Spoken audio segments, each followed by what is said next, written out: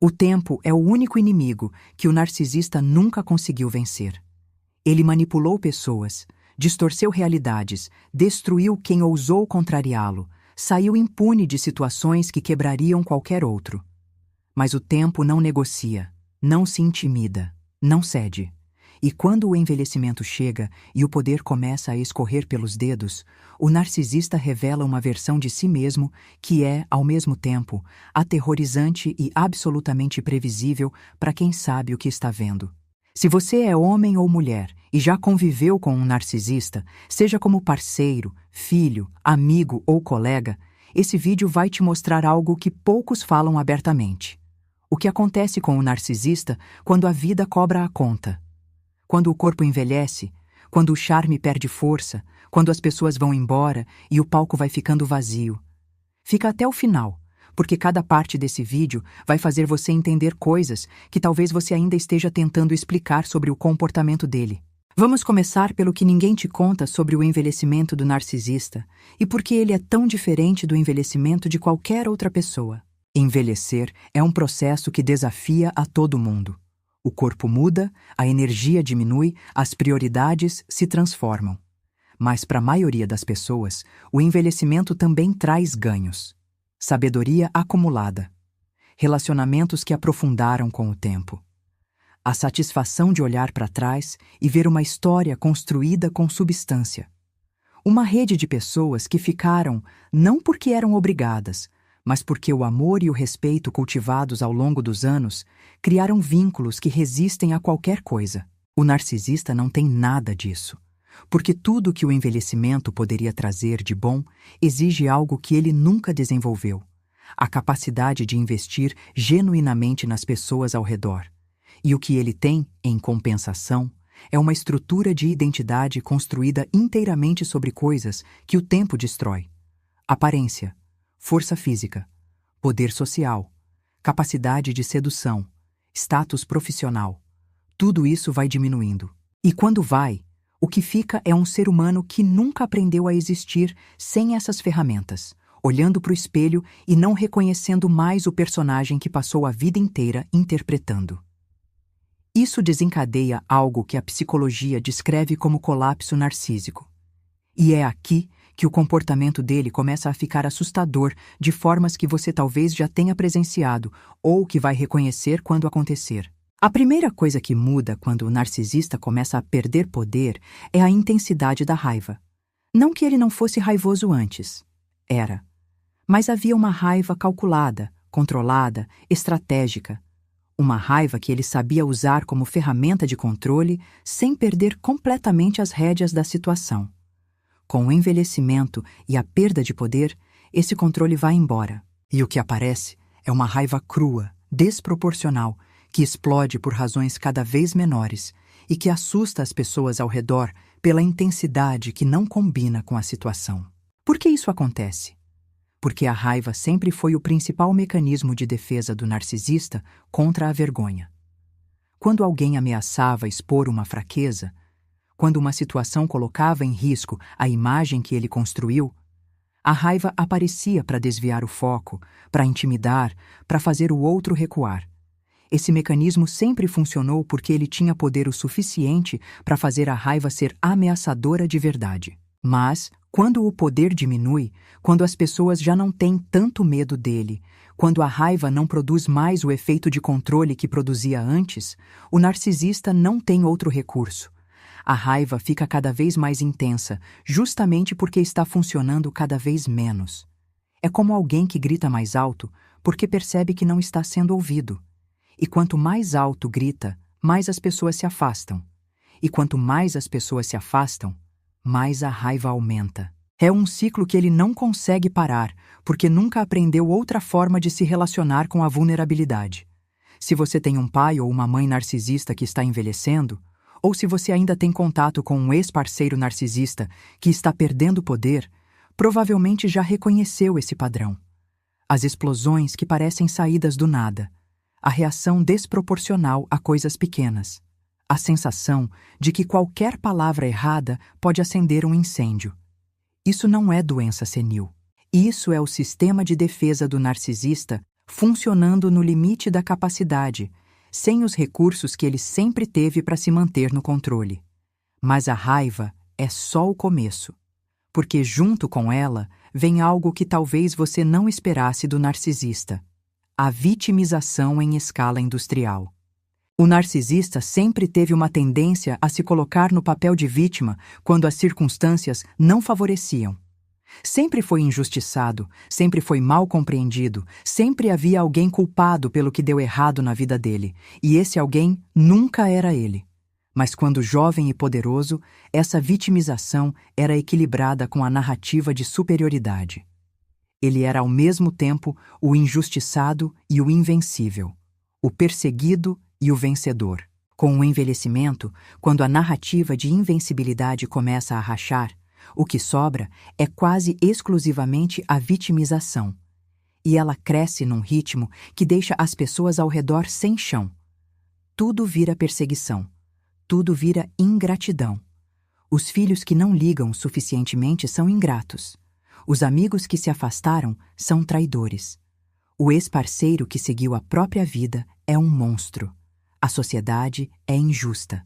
O mundo não reconheceu o quanto ele deu. Essa narrativa de vitimização serve a dois propósitos que ele nunca vai admitir.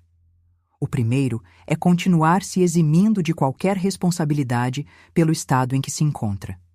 Se tudo é culpa dos outros, ele nunca precisa olhar para si mesmo e reconhecer que as escolhas que fez ao longo da vida produziram esse isolamento. O segundo propósito é manipulação. Porque a vitimização, especialmente a partir de uma certa idade, ativa a culpa nas pessoas ao redor. E culpa é controle. Sempre foi a moeda mais valiosa do narcisista.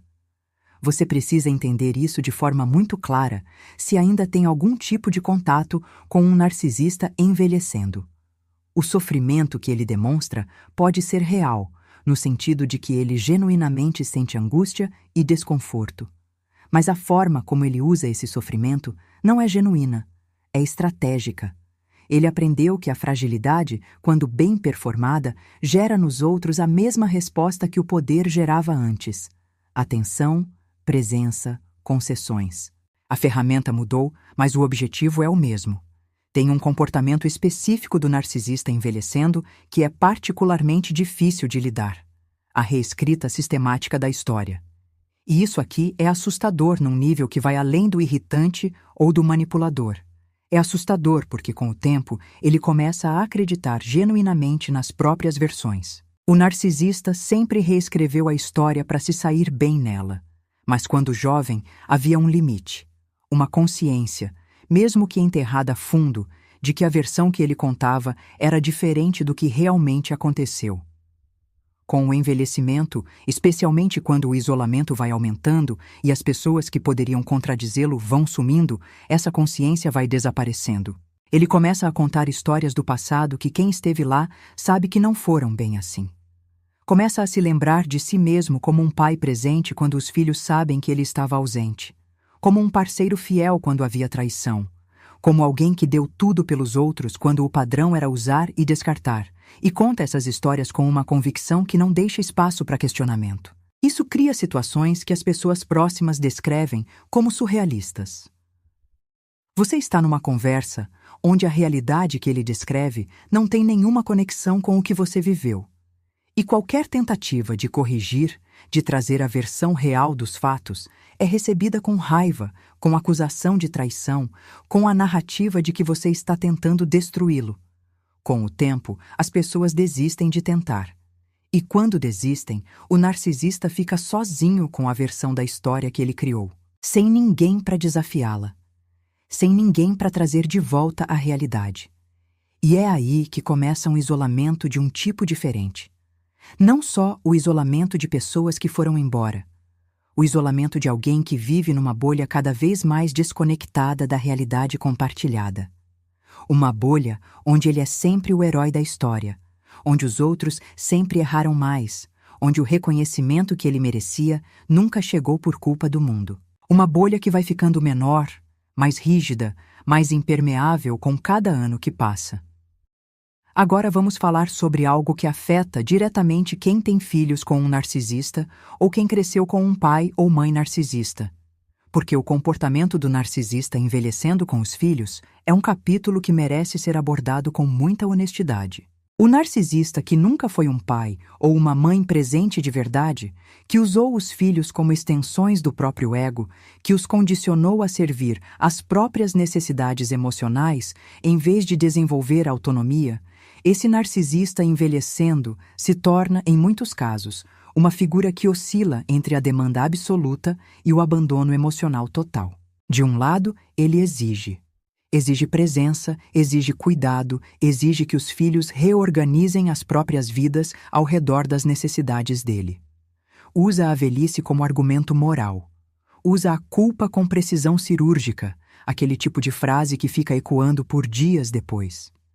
Você viu ele postar um story triste no grupo da família às 11 da noite de um domingo, exatamente quando você tinha uma semana difícil pela frente, e sabe exatamente o que isso significa. Do outro lado, quando os filhos tentam estabelecer um limite saudável, quando tentam criar uma relação diferente da que foi imposta durante a infância, o narcisista reage com frieza, com punição emocional, com o silêncio calculado que sempre foi uma das armas mais eficientes. É um ciclo que deixa os filhos adultos numa posição impossível. Se aproximam e são drenados, se afastam e carregam culpa. E a culpa que os filhos do narcisista carregam em relação ao pai ou à mãe envelhecendo é um peso específico que precisa ser nomeado. Porque a sociedade tem uma expectativa de que filhos cuidem dos pais na velhice, e essa expectativa é justa quando aplicada a pais que cumpriram o papel de pais de verdade. Mas quando aplicada à relação com um narcisista, ela se torna mais uma ferramenta de manipulação. Você pode amar seu pai ou sua mãe, e ao mesmo tempo reconhecer que a relação com eles não foi saudável. Você pode querer o bem deles sem sacrificar o próprio. Você pode estabelecer limites no contato sem que isso signifique abandono ou crueldade. Esses limites não são punição, são sobrevivência. E você tem o direito de sobreviver emocionalmente, mesmo quando quem exige o contrário é alguém que você ama. Agora, para um segundo aqui comigo. Se você está nesse momento sentindo que eu estou descrevendo algo que você vive ou viveu, eu quero que você respire. Porque o que você está sentindo ao reconhecer esses padrões não é raiva, pelo menos não só raiva, é alívio. O alívio de finalmente ter palavras para algo que você sempre sentiu, mas não conseguia nomear. E nomear é o começo de tudo. Quando você dá nome ao que está acontecendo, ele perde o poder de te confundir. Escreve aqui nos comentários o que você está sentindo ao assistir esse vídeo. Pode ser uma palavra, pode ser uma frase, pode ser uma história inteira. Estou aqui lendo tudo. Vamos continuar, porque tem mais coisas sobre o narcisista envelhecendo que você precisa entender. Existe um comportamento que aparece com frequência nessa fase e que pega as pessoas de surpresa: o retorno. O narcisista que se afastou, que descartou, que sumiu sem olhar para trás, começa a reaparecer quando o poder diminui e o círculo vai ficando vazio. E esse retorno nunca é simples, nunca é direto, nunca é honesto. Ele pode vir pela via da saudade performada. Mensagens que chegam nos momentos mais estratégicos, datas significativas, momentos de vulnerabilidade que ele de alguma forma fica sabendo. Pode vir pela via da doença, real ou exagerada, que de repente precisa ser comunicada para você especificamente. Pode vir pela via dos filhos, usando as crianças como ponte emocional para acessar quem ele sabe que ainda tem algum resíduo de sentimento ou de culpa. O que esses retornos têm em comum é que nunca trazem o que você precisaria para considerar um recomeço real, responsabilidade genuína, reconhecimento do mal causado, disposição de fazer diferente. O que eles trazem é a mesma dinâmica de sempre, embrulhada numa versão mais frágil, mais sedutora na superfície, mais perigosa por baixo. E aqui está o ponto que você precisa guardar com força. O tempo não muda o narcisista. A velhice não muda o narcisista. Dificuldades financeiras não mudam o narcisista. A solidão não muda o narcisista. O sofrimento não muda o narcisista. A única coisa que pode produzir mudança real é um trabalho terapêutico profundo, voluntário e sustentado, que o narcisista raramente busca e mais raramente ainda consegue sustentar. Tudo mais é adaptação. É o mesmo padrão com roupas diferentes, adequado às novas circunstâncias, mais sofisticado justamente porque ele tem décadas de prática. Quando ele volta precisando de algo. Pode ser atenção, pode ser cuidado, pode ser status social, ter alguém de volta ao lado dele para mostrar que não está sozinho. Mas sempre é uma necessidade dele no centro, mesmo que o discurso seja sobre você, sobre o passado, sobre o que ele sentiu e nunca disse. Você não é obrigado a abrir a porta. Compaixão não significa ausência de limite. E fechar a porta para alguém que te machucou não é crueldade. É inteligência emocional. Tem um aspecto do narcisista envelhecendo que é raramente discutido e que precisa ser trazido à tona, porque ele afeta diretamente a saúde física e mental de quem ainda convive com essa pessoa. O narcisista em declínio de poder frequentemente desenvolve o que se pode chamar de hipocondria de controle. Não que todas as doenças que ele relata sejam inventadas. Algumas podem ser completamente reais, mas a forma como ele usa a doença, real ou não, é sempre estratégica. A doença vira o novo poder. Vira o novo argumento que não pode ser questionado. Afinal, quem vai contradizer alguém doente? As pessoas ao redor ficam numa armadilha. Não podem ignorar completamente porque pode ser sério. Não conseguem atender completamente porque nunca é suficiente. E não podem questionar porque qualquer questionamento é transformado em prova de insensibilidade e abandono. É uma prisão elaborada, construída com os tijolos da culpa e do medo, e o narcisista a ergue com a fluência de quem passou décadas aperfeiçoando a técnica. Se você está cuidando de um familiar narcisista e se sente permanentemente esgotado, sem saber exatamente por que cada visita ou cada ligação drena tanto, agora você sabe por quê. Não é o trabalho do cuidado em si. É o peso emocional de estar numa relação onde tudo é calculado para te manter preso, onde a gratidão genuína raramente aparece, onde cada gesto seu é catalogado e potencialmente usado como argumento futuro. Isso esgota de um jeito diferente do cansaço comum, esgota a alma. Vamos falar agora sobre o que acontece com a sexualidade e os relacionamentos românticos do narcisista envelhecendo, porque esse é um comportamento que deixa muita gente perplexa quando presencia. O narcisista que envelhece e perde poder numa área frequentemente tenta compensar em outra. E uma das compensações mais comuns é a busca por parceiros muito mais jovens. Não necessariamente porque se apaixonou, mas porque parceiros mais jovens representam várias coisas ao mesmo tempo. A ilusão de que ele ainda tem o mesmo poder de sedução de antes, uma audiência nova que não conhece a história toda, e uma forma de dizer para o mundo que ele ainda é relevante, ainda é desejado, ainda é alguém. Quando você vê um narcisista de 50 e poucos anos começando um relacionamento com alguém de 20 e tantos, o que você está vendo não é amor tardio. É mais uma estratégia de fornecimento narcísico adaptada às circunstâncias. E a pessoa mais jovem, que frequentemente não tem a experiência para reconhecer os padrões, vai passar pelo mesmo ciclo que todos os outros passaram. Com a diferença de que o narcisista envelhecendo, com menos controle emocional e mais desesperado por validação, pode ser ainda mais intenso e destrutivo do que era antes. Mas essa estratégia também tem prazo curto. Porque parceiros jovens eventualmente crescem, amadurecem, entendem o que está acontecendo e vão embora. E cada partida aumenta o isolamento. Cada novo começo que termina da mesma forma vai reafirmando, mesmo que ele nunca admita conscientemente, que o problema está nele. E essa percepção, mesmo sepultada fundo sob camadas de negação e projeção, vai corroendo alguma coisa por dentro. Chegamos agora ao aspecto mais profundo e mais revelador do narcisista envelhecendo. O que acontece com ele quando finalmente não há mais ninguém.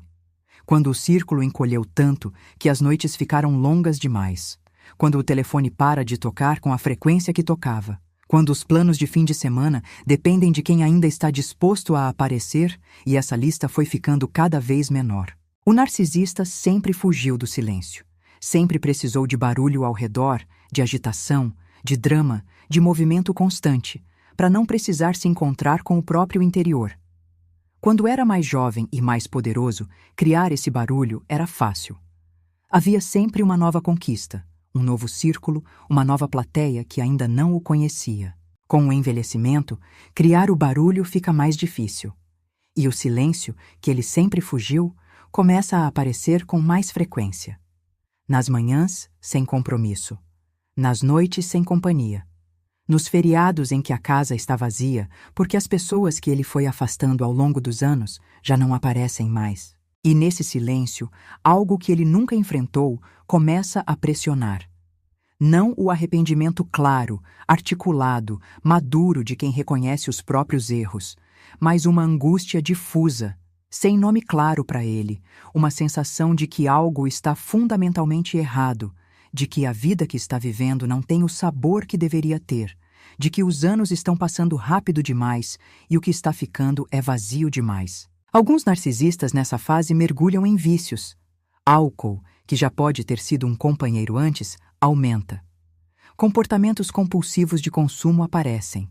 A televisão fica ligada o dia inteiro, não porque tem interesse no que passa, mas porque o silêncio é insuportável.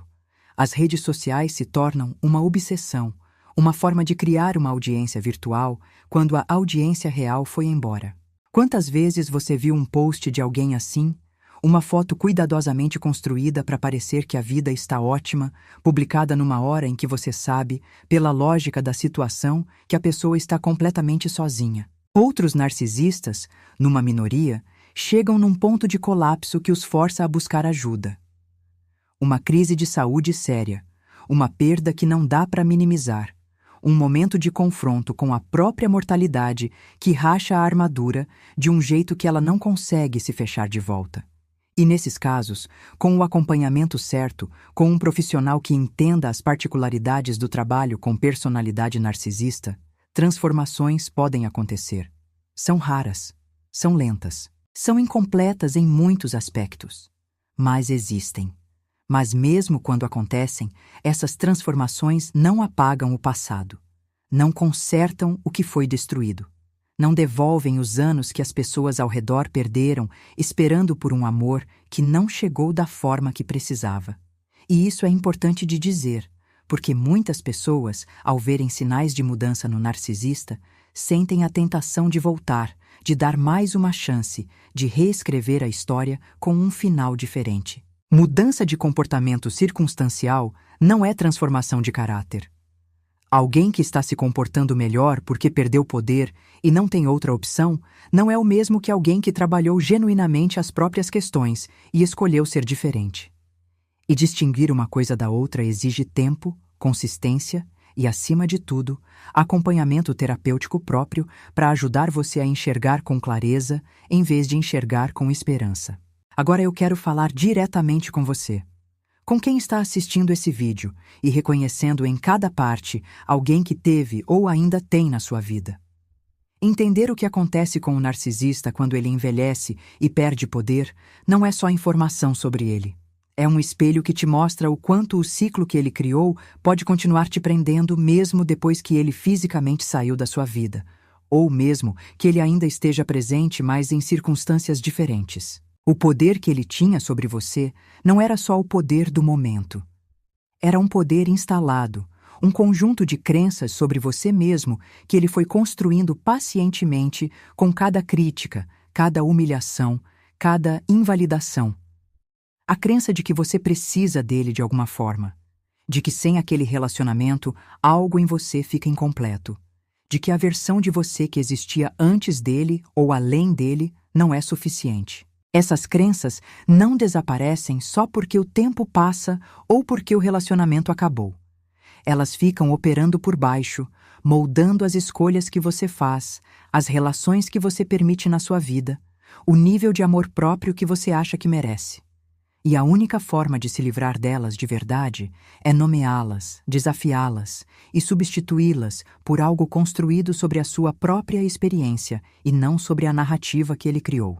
Você é mais do que o que ele disse que você era. É mais do que os limites que ele impôs. É mais do que a versão diminuída de si mesmo que você precisava ser para sobreviver naquela dinâmica. E quanto mais cedo você começar a agir como se acreditasse nisso, mesmo nos dias em que não acredita completamente, mais cedo essa crença vai se tornando real. A vida que vem depois do narcisista, quando vivida com consciência e com cuidado, tem um sabor que você talvez nunca tenha experimentado completamente. O sabor de relacionamentos onde você não precisa adivinhar o humor de ninguém. Onde discordar não significa arriscar o afeto. Onde seus erros são tratados como erros humanos e não como provas da sua inadequação. Onde você pode ser você inteiro, com toda a sua complexidade e ainda assim ser escolhido. Esse tipo de relação existe, com parceiros, com amigos, com familiares, e você vai reconhecê-los justamente porque passou pelo que passou, porque sabe agora, no corpo e na alma, a diferença entre o que é real e o que é performance, entre o que é amor e o que é controle, entre quem fica porque quer e quem fica porque precisa de algo. O narcisista vai envelhecer com o peso de tudo que escolheu ser. Vai encontrar o silêncio que sempre fugiu. Vai se deparar, cedo ou tarde, com a conta de uma vida inteira de relacionamentos descartados e amor desperdiçado. E não vai ter você ali para pagar essa conta por ele. Mas você vai estar em algum lugar construindo algo diferente. Algo que resiste ao tempo porque foi feito com material real. E essa diferença, essa escolha que você faz agora de cuidar de si mesmo, de crescer a partir do que viveu, de não deixar que o legado dele seja a última palavra sobre quem você é, essa é a maior vitória que existe. Para fechar esse vídeo, eu quero que você faça uma coisa. Nos comentários aqui embaixo, escreve essa frase: eu não envelheço com ele, eu floresço sem ele. Porque é exatamente isso. Enquanto o destino dele é o isolamento progressivo de